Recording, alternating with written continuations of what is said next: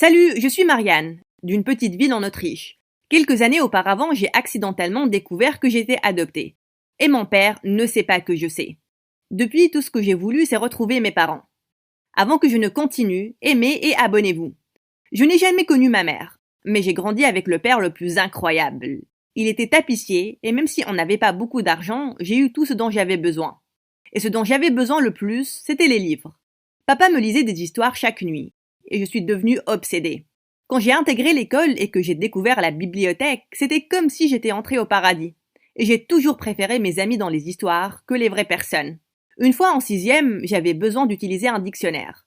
Je suis donc allée dans la chambre de mon père et je suis montée sur un escabeau pour le prendre sur l'étagère. C'est là que l'escabeau a glissé sous moi. J'ai atterri par terre avec quelques livres. En commençant à tout rassembler, j'ai vu quelque chose qui m'a laissé choquée. C'était une photo d'un couple tenant un bébé. Et la femme me ressemblait énormément. Elle devait être ma mère. Et l'homme à côté d'elle, est-ce que c'était mon vrai père?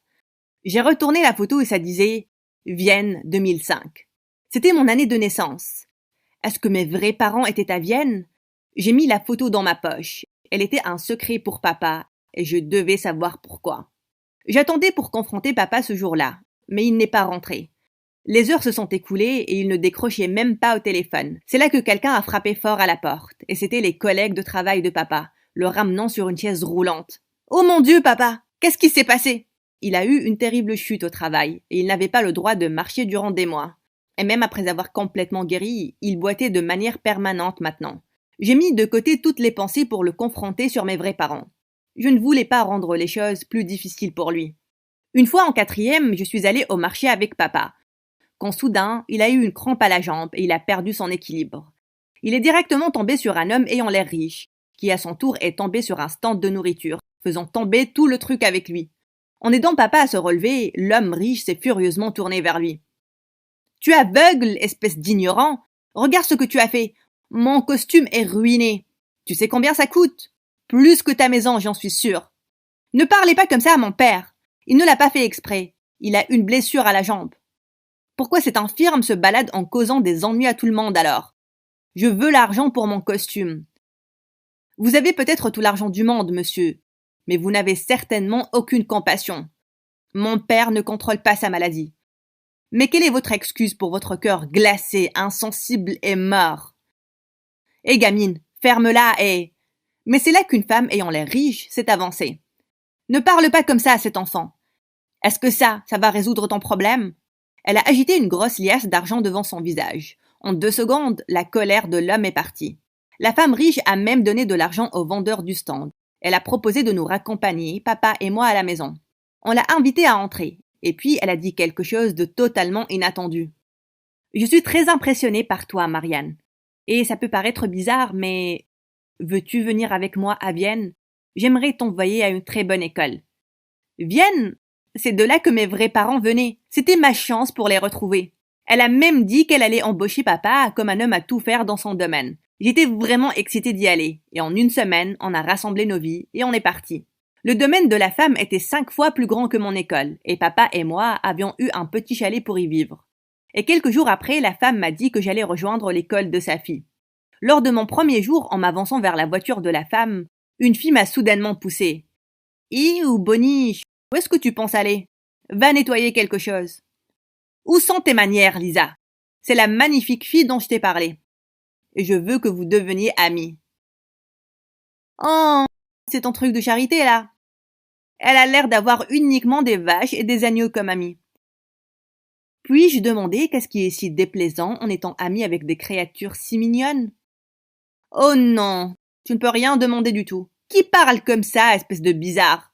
Elle est montée, elle a fermé la porte en la claquant. Je suis juste restée silencieuse durant le trajet. Et puis soudain, Lisa a demandé au chauffeur de s'arrêter. « Je ne veux pas être vue avec toi. Tu vas finir ces derniers mètres à pied. » Elle m'a poussée à sortir et elle est partie. Quelle sorcière! Alors que je traversais la rue, une voiture de sport est rapidement venue et s'est arrêtée à quelques centimètres de moi. Un garçon mignon est descendu du siège arrière. Il a lancé « Hé, regarde où tu vas, espèce de raté !» Waouh! Qui étaient ces gens? Il s'est avéré que cet imbécile était dans ma classe, avec Lisa. Je pouvais les voir me regarder de haut en bas, mais je les ai juste ignorés. Plus tard, durant la pause, j'étais assise seule et le garçon s'est assis à ma table, avec ses amis derrière lui. Je pense que je ne me suis pas présenté avant. Je suis Vincent. Comment tu t'appelles? Tu peux m'appeler comme tu veux. Après tout, qu'est-ce qu'un prénom? Hein? Qu'est-ce que tu racontes? Est-ce qu'une rose sentirait moins bon si on l'appelait poubelle? Est-ce qu'un feu ne naîtrait pas si on l'appelait une fleur? Est-ce que je serais moins agacée par toi si je ne m'appelais pas Marianne? La réponse est non. Pourquoi tu parles comme ça, espèce de bizarre? Donc, tu t'appelles Marianne. C'est assez joli. Tu n'as pas besoin de t'en rappeler. Je pense qu'on n'a rien à faire l'un avec l'autre. Et après ça, je suis partie. Oh, pauvre Vincent. Qu'est-ce que ça fait d'être rejeté par une fille? J'ai juste besoin d'un peu de temps avec elle, et elle sera raide dingue de moi. Ma magie fait effet sur n'importe quelle fille. Eh bien, je ne suis pas sûre de celle-là. Défi accepté. C'était pas surprenant que Vincent et Lisa étaient meilleurs amis. Et leur gang rassemblait les élèves les plus méchants. Je les ai vus harceler des enfants plus petits durant la pause, ou se moquer de leurs camarades. Ils s'en prenaient même aux profs. Donc j'ai été horrifiée quand le prof de physique m'a annoncé que j'allais être en binôme avec Vincent. Mais il avait l'air ravi. J'ai essayé de l'ignorer et je lisais le livre de sciences pour comprendre quelque chose quand soudain il me l'a arraché des mains. Pourquoi tu contemples tout le temps un livre alors que tu pourrais contempler de plus belles choses, comme moi? Je n'ai pas le temps pour tes bêtises, Vincent. Rends-le-moi. Ok, seulement si tu acceptes de sortir avec moi. Je préférais me jeter d'une falaise. Mauvaise réponse. Et après ça, il a déchiré quelques pages et a jeté le livre dans la poubelle. Qu'est-ce qui cloche chez toi? Tu n'as aucun respect pour rien ni personne? Mon Dieu, tu es vraiment un ballot. Pourquoi tu utilises des mots si bizarres? Un quoi? Un ballot. Ça veut dire un débile, un idiot, une andouille, un bouffon.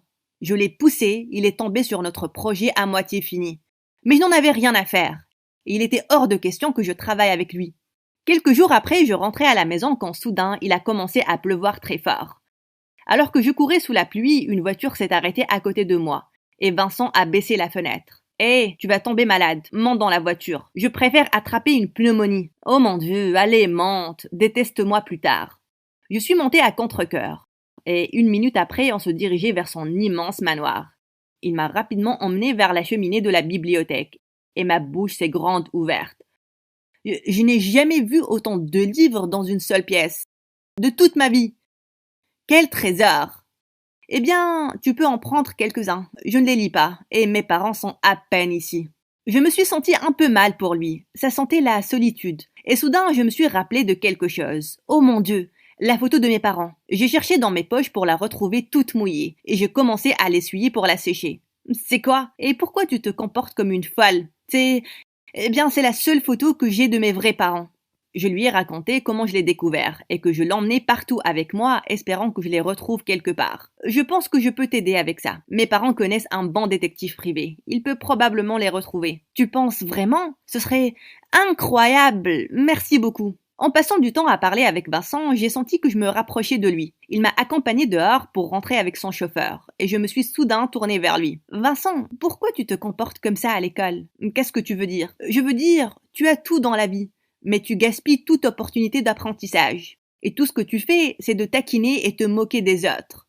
Je suis sûre que ta vie n'est pas parfaite, mais ce n'est pas une excuse pour être la pire version de toi-même, la plupart du temps.